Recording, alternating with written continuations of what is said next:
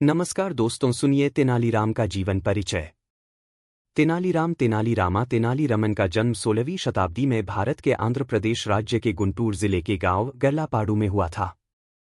तेनालीराम एक तेलुगु ब्राह्मण परिवार में जन्मे थे। वह पेशे से कवि थे। वह तेलुगु साहित्य के महान ज्ञानी थे। अपने वाक्चातुर्य के कारण वह काफी प्रख्यात थे और उन्हें विकट कवि के उपनाम से संबोधित किया जाता था। तेनालीराम के पिता गर्लापति रामैया तेनाली गांव के रामलिंगेश्वरा स्वामी मंदिर के पुजारी हुआ करते थे। तेनालीराम जब आयु में युवा थे तभी उनके के पिता गर्लापति रामैया की मृत्यु हो गई और उसके बाद उनकी माता उन्हें लेकर अपने गांव तेनाली अपने भाई के पास रहने चली गई थी।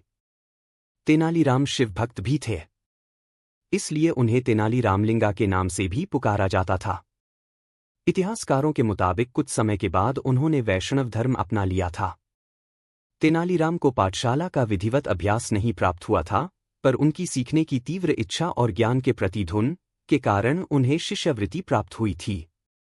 परंतु उनके पूर्व शिव भक्त होने के कारण उन्हें वैष्णव अनुयायियों द्वारा एक शिष्य की तरह स्वीकारा नहीं गया था।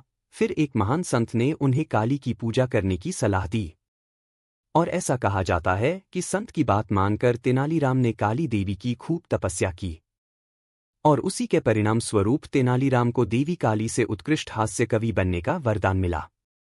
तेनालीराम ने अपने आगे के जीवन में भागवत मेला मंडल के साथ जुड़ाव किया और एक दिन भागवत मेला मंडल महाराज कृष्णदेव राय के दरबार में अपना कार्यक्रम प्रदर्शित करने के लिए पहुंचा।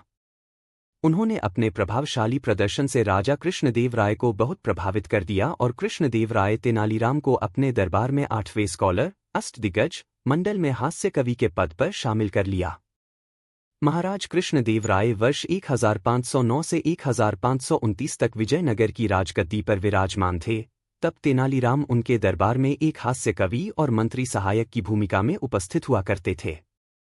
इतिहासकारों के मुताबिक तेनालीराम एक हास्य कवि होने के साथ साथ ज्ञानी और चतुर व्यक्ति थे।